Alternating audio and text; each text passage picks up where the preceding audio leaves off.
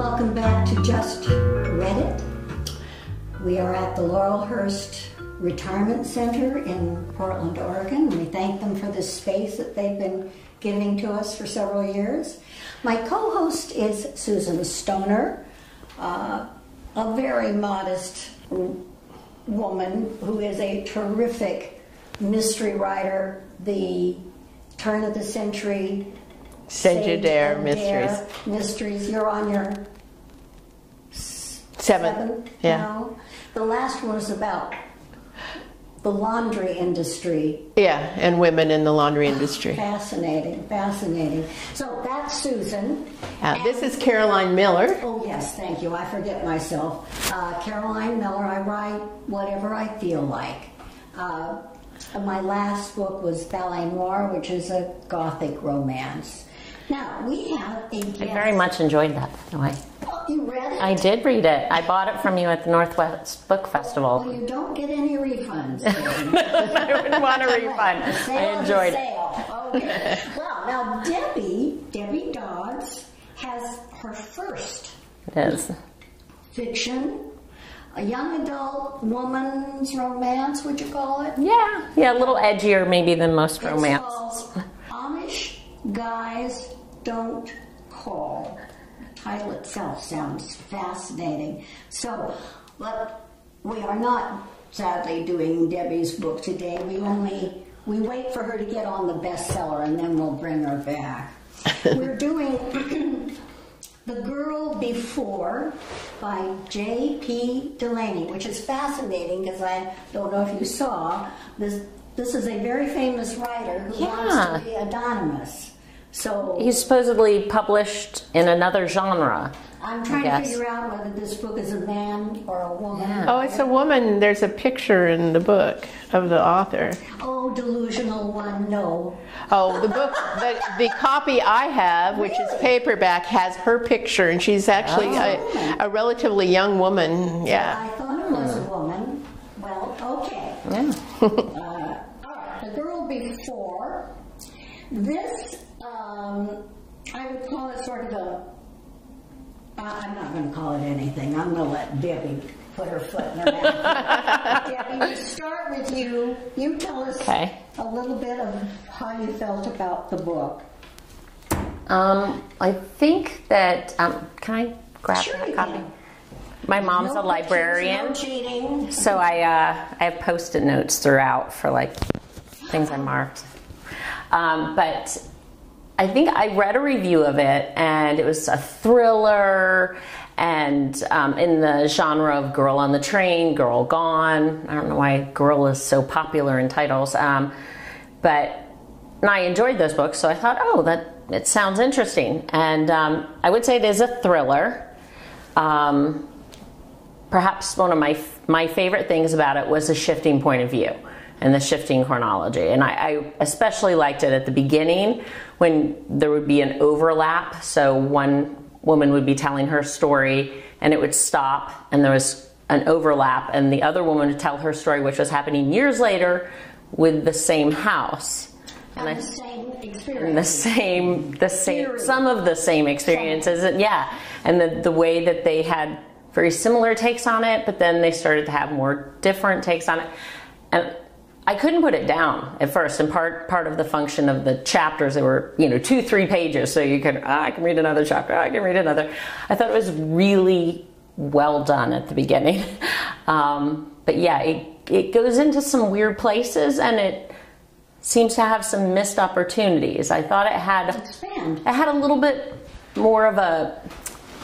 I thought it was going to have a little bit more of a supernatural tone. It definitely hinted at that and then completely dropped it.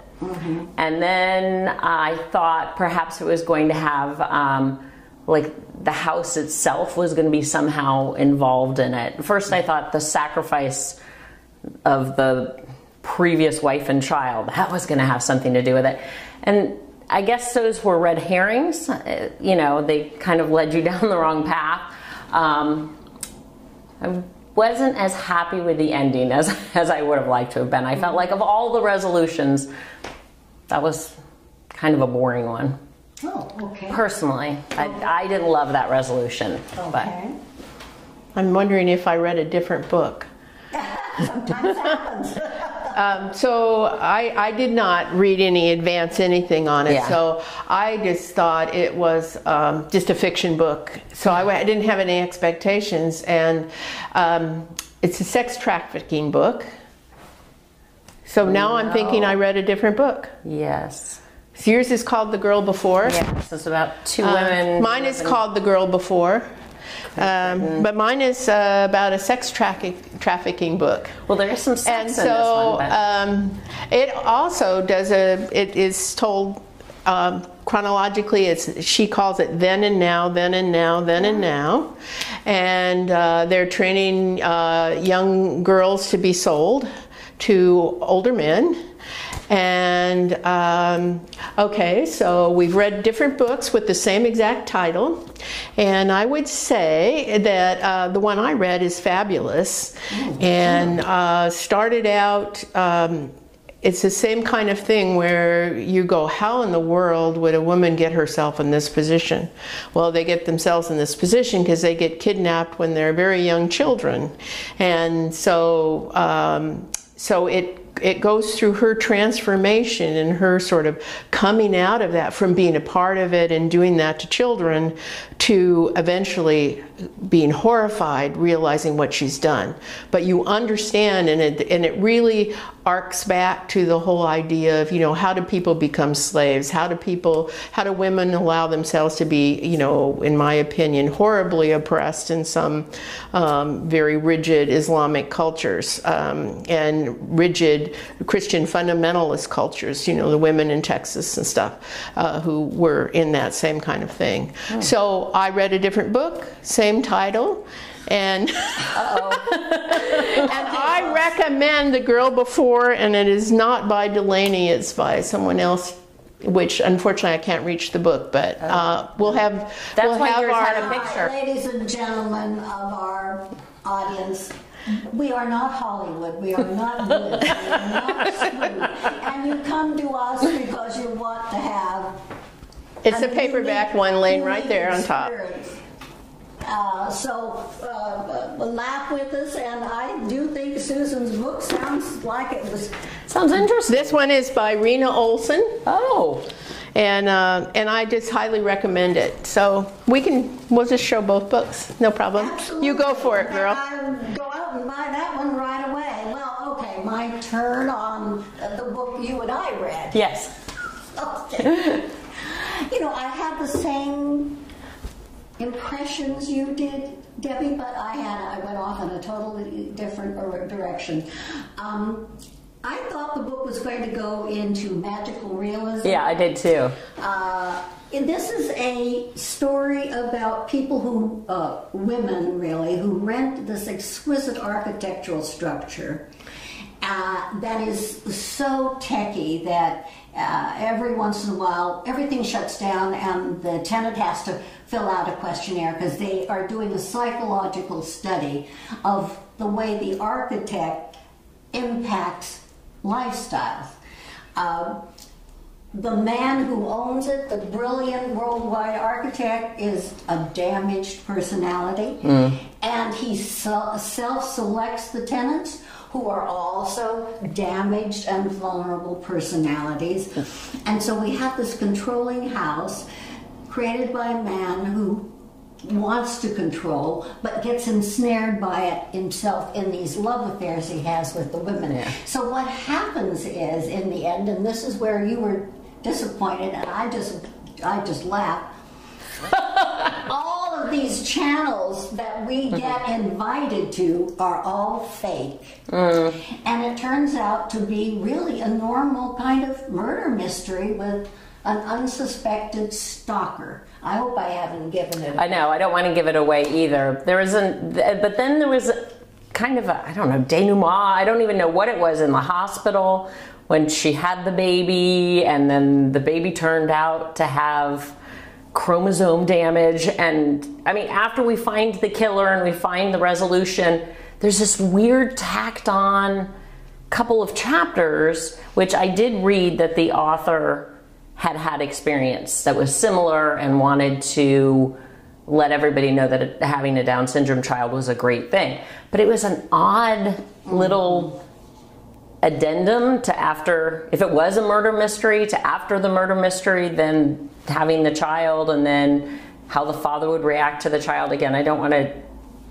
like ruin anything, but that was kind of odd. I kind of felt like, well, what is this about? This almost feels like it's in another book. It's like my novel, Trump Light.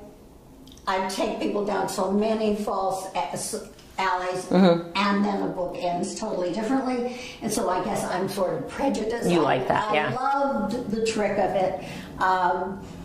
Beautifully written, I thought. And it did compel me. Yeah. I mean, I just turned it. Well, all right. I would say the first 3/4, I mean, yes. I read in 2 days. I couldn't put it down. Like it was very well written. And the structure, I went back and examined the structure and how she did the overlaps and everything. And I thought it was... Well, it's very modern because it does talk about how environment affects people. Yes. And how the technology affects people. And what is it's doing to us, and if we're vulnerable, what it can do. Well, we need to stop with this 2-book analysis this week. Oh, I love it. Okay, now, Debbie, what we do is red is for just read it. That's a recommendation. So red, drop lightly in the glass if you're for it and you recommend it. Blue is, the way I remember it, is boo. So, choose a marble and drop it in. And well, I enjoyed most of it, so can't always get what you want for endings. And I recommend just The Girl Before by Rena Olson, and I'm not going to vote on the one that you guys read. So I'm not going to do a marble. I think not. But we'll remember. And I, too, would strongly recommend this book. It's devious, to say the least. And again, hope you enjoyed. Just read it. Come back again for more insight and surprises. Thank you very much, and do come back.